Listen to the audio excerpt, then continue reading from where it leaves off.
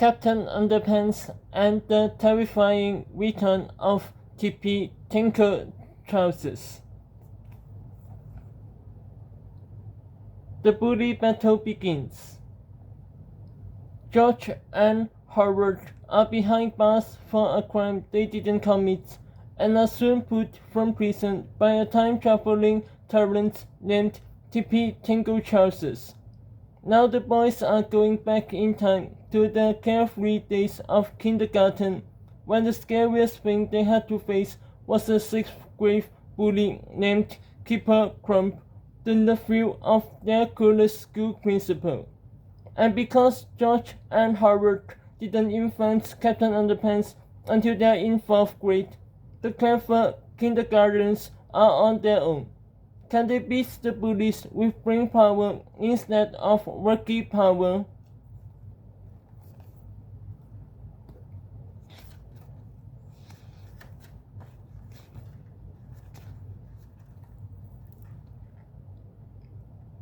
Hi everybody! The last time you saw us, we were headed to jail for the rest of our lives. Then something even worse happened.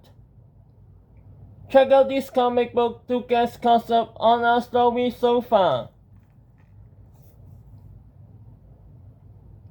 The Super Top Secret Truth About Captain Underpants by George and Howard.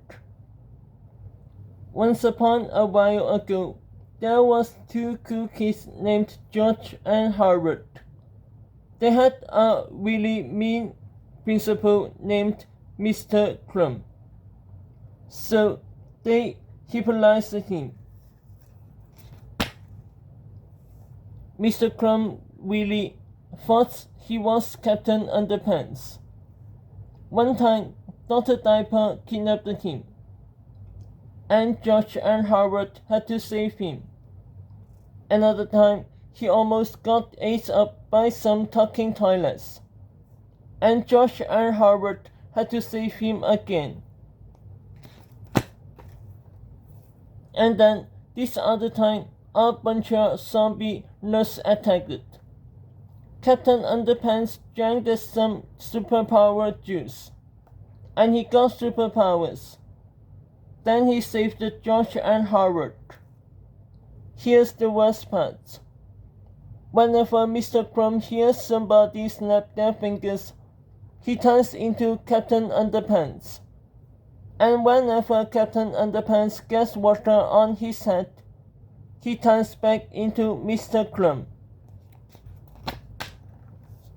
So whatever you do, don't snap your fingers as Mr. Crumb. And if you ever see Captain Underpants saving the world, hide the H2O. Treehouse Comics, Inc.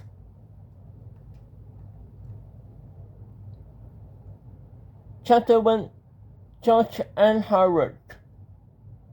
This is George Beard and Howard Hutchins. George is the kid on the right with the tie and the flat top. Howard is the one on the left with the t-shirt and the bad haircut. Remember that now. When our last adventure ended, George and Howard were being escorted to jail. The police had discovered surveillance photos showing the 2 boys robbing a bank with Captain Underpants. Of course, we all know that George, Howard, and Captain Underpants were innocent. It was their evil twins who had robbed that bank. But the police hadn't bothered to read the last book, so they really didn't know what was going on. All they knew was that George and Howard looked a lot like the 2 kids in the surveillance photos.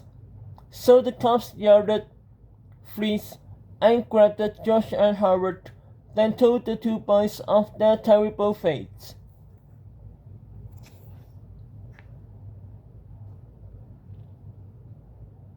Suddenly, a gigantic pair of robotic pants appeared from out of nowhere. The terrifying Tippy Tinkertrousers emerged from the zipper, stabbed the cops with an ice ray. and chased Josh and Howard and their two pals, Quakers and Zulu, far into the cavernous depths of the lower right-hand corner of page 17.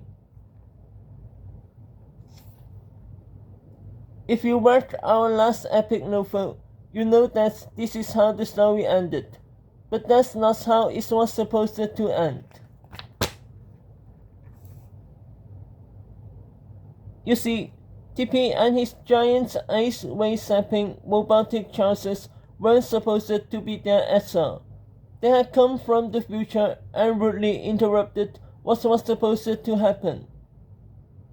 Unfortunately for Tippy, the simple act of sending himself backward through time would end up being a terrible mistake. A mistake that would ultimately lead to the destruction of our entire planet, more or less. But before I can tell you that story, I have to tell you this story.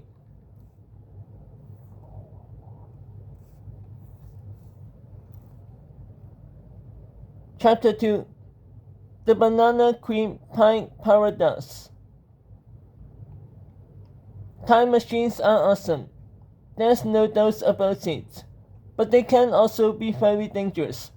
It's possible that a person could go back in time and accidentally change one little thing, and that one teeny tiny itsy bitsy thing could profoundly affect the future. This is what scientists refer to as the banana cream pie paradox. Imagine, if you will, that a scientist from the year 2020 made a banana cream pie using bananas that he harvested from his very own banana tree. Let's suppose now that this scientist took his banana cream pie into a time machine, which slapped him and the pie back to the year 1936. Now imagine that the scientist stepped out of his time machine and accidentally tripped it, smashing his pie into the face of a lady sitting at a fancy garden party. Now suppose that the lady jumped up angrily, bribed a handful of gooey banana cream pie filling from her face, and threw it at the scientist. The scientist ducked, causing the banana goo to smack into the face of a gentleman standing nearby. A waitress pointed at the gentleman and laughed. The angry gentleman wiped the goo from his face and smooshed it into the waitress's face. "Well," said the waitress, "I've never been so insulted in all my life." "You ought to get out more, lady. Nook, nook, nook," said the wise guy. "Why don't you mind your own business, but ring?" said another man, as he poked the wise guy in the eyes